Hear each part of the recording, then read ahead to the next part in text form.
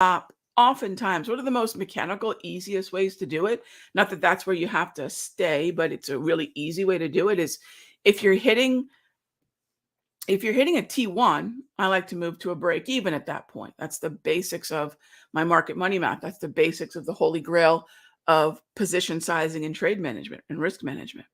But upon hitting T2, I'll usually trail or tighten to T1, to the first target. And that's the way that I like to consider the way in which I can sort of ratchet with the action. And I think the emphasis is always on, how do I protect the downside? Always. How do I protect the downside? And then considering that oftentimes the downside is going to be comprised mostly of unrealized profit upon hitting T1. That gives us a lot more latitude to be a lot more ambitious about a T2. And that's probably one of the bigger mistakes traders make. They get very, very lax about where that first target is going to be. They're willing to let the market move way too much in their favor before they start making risk management decisions. That's a big, I think, error that I probably made early in my career, fixed it, and that's how I teach it now. So how much room to give it probably has a lot to do with unrealized profit, risk to the account, which target have we hit, but those are pretty easy mechanical things to do. All right. Okay. Next up, thank you, Joe, for the question. Next up is Robert. Are there sectors that I look to get into during weeks like this, or would I stay out of the market or day trade until the news has settled?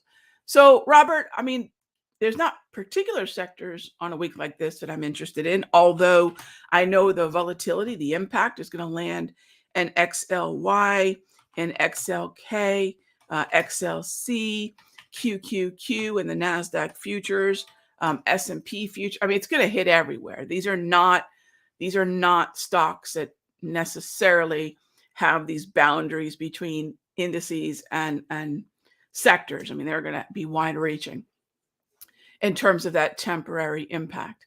So I'll look at where those stocks are most heavily weighted. That's a great place to start. As far as staying out, there's two ways to look at that. Robert, I can either stay nimble, to your point, and trade into those events and stop. So I'm not in significant exposure once those volatility events hit, those hot zones. So I could trade and just stay nimble and trade around those events. Or I can trade a time frame long enough where I can presumably handle the volatility of those events. In other words, maybe a 1 hour, right? Maybe a 1 hour is going to give me enough, well, in this case, travel, right? If you think about a suspension, the suspension on a track car, very different than the suspension on, say, an off-road vehicle. We're going off-road. We're going to need to account for boulders and potholes and whatever else that we're going to have to go over, which are going to have varying degrees of impact. So I look at this as going off-road. This is not going to be, on the track, smooth tarmac. We're going to need some travel in that suspension. And one of the ways to do that would be to modify the time frame that we're looking at. So I hope that makes sense. All right. For those of you mentioning that the stream didn't start, gang, I use some software that should correspond with all my different channels. And once we go live, sadly, I don't have granular control of when that starts. So it seems to have been a little bit of a glitch today. Don't know why. I apologize, but I think that's maybe the first time we've ever had that weirdness. But thanks for your patience. All right. Good morning. Hey there, Frank. Sometimes I actually have to leave the house and work my construction business. Sure. I get it. We were talking about that during the Raghee report yesterday. When that happens, it's hard for me to take a trade mentally when not seeing the full charts. Any suggestions? Slow things down. Absolutely, Frank. Slow things down. Don't day trade unless you're able to day trade for those 60 to 90 minutes that I like to prioritize. And then you could be flat, or you can be in a situation where you have a stop order and maybe a target, and a one cancels the other, linked to them. So you can walk away knowing your trading platform is handling that. That's one way to do it. Another way to do it would be lengthen the time frame. So that's what I mean by slow it down. lengthen the time frame. Look at a 1 hour, look at a daily. I think a daily would be a really great place to start. Look at those longer term time frames where you don't have to make as many decisions intraday. On a daily, you can place an alert, and when price reaches that level, it'll buzz on your phone, it'll, whatnot. And then that way, okay, let me bring up my platform on my phone. And I love to do this. So I'll bring my platform up on my phone and I'll, put in the symbol. Oftentimes when I'm using TradingView, my alert on my phone will pop up with the order that I want to put in, buy this particular call.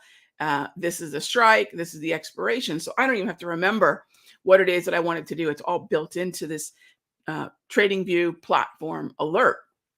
And then once that opens up, I can go to Thinkorswim or, whatever anyone's using, as long as there is a mobile app. And that's one thing I will say that I look at when I'm going to trade with a broker. If I'm going to be looking at 1 hour and daily timeframes with that broker, it better be a robust, steady, solid app where I know that I've got access to my account and I can put in a basic order like buying a call, selling, liquidating, taking a profit, exiting at a stop, buying a put, whatever it is, because that's all my trading basically is on the option side.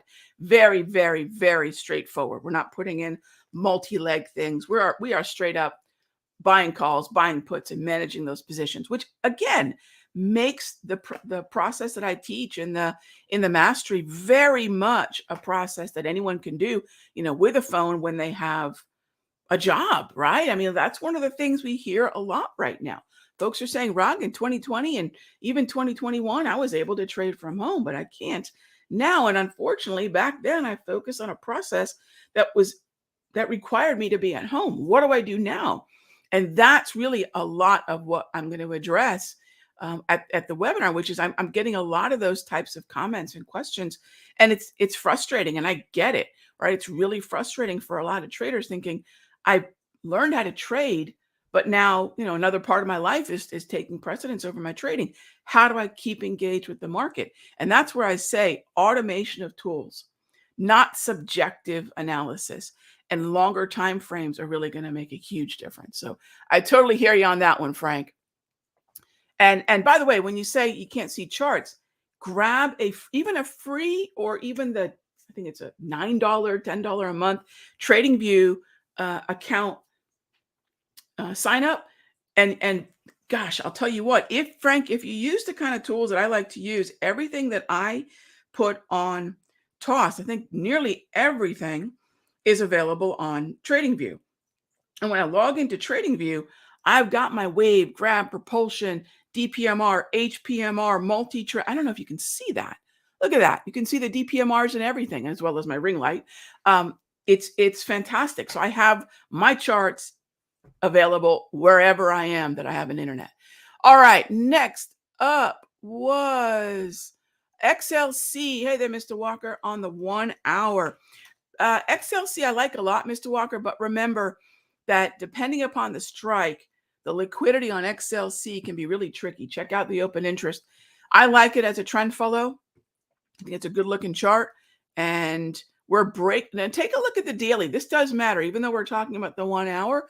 Notice how XLC is finally trying to gain some footing above the 200 propulsion. Gang, that's the equator. That's a significant line in the sand. That's a huge, it might be only a small line of dots, but being above that is now inching into the bullish hemisphere. And that's going to make a big difference.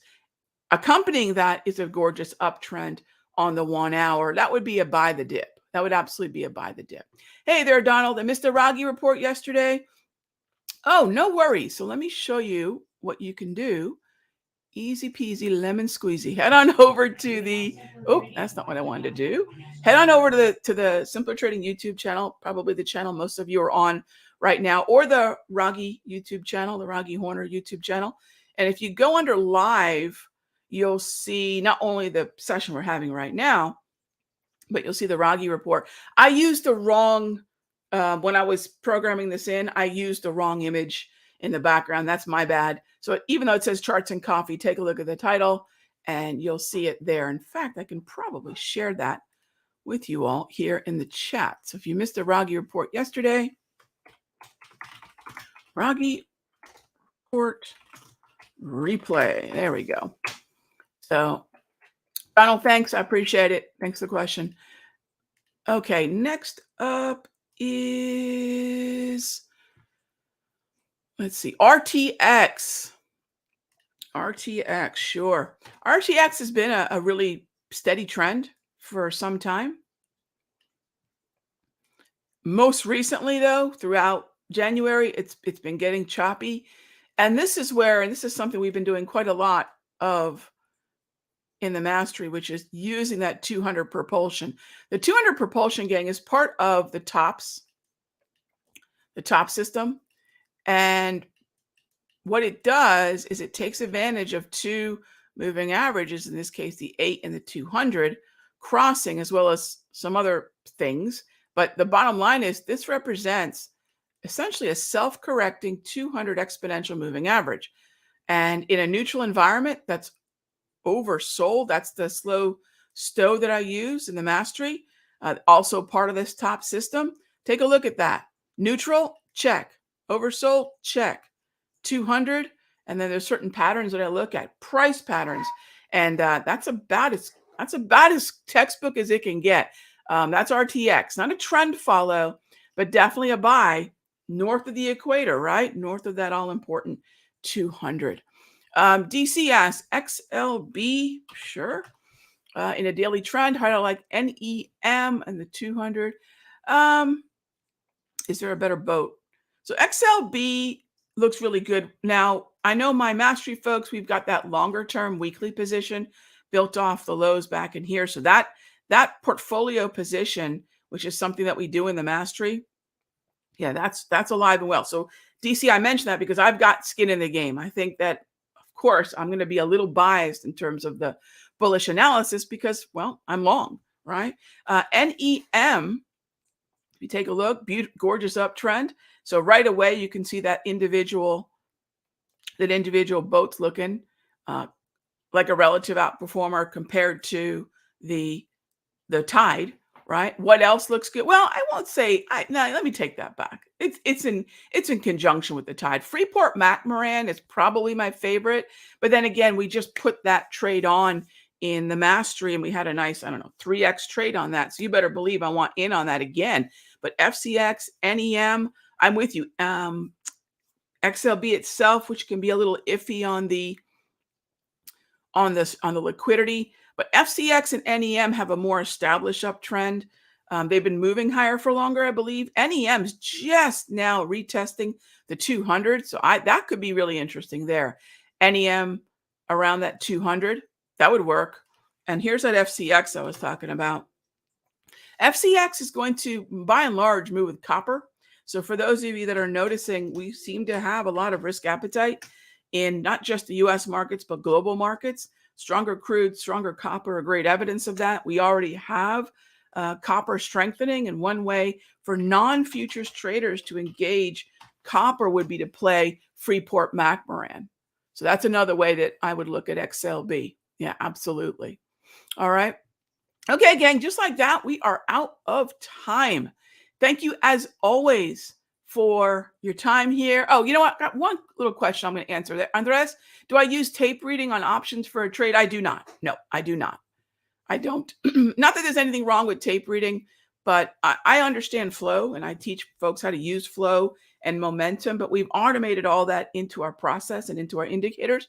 So really, I don't have to. I used to a lot, probably in the mid to late 90s when level 2 and then later depth of market became something that retail traders could access. But I won't say it's a big part of my trading. Nothing wrong with it, but I believe the automation of my tools take care of that process. So thank you for the question. All right, gang. As always, thanks for being here for Charts and Coffee, and I'll see you tomorrow. Same time, same station.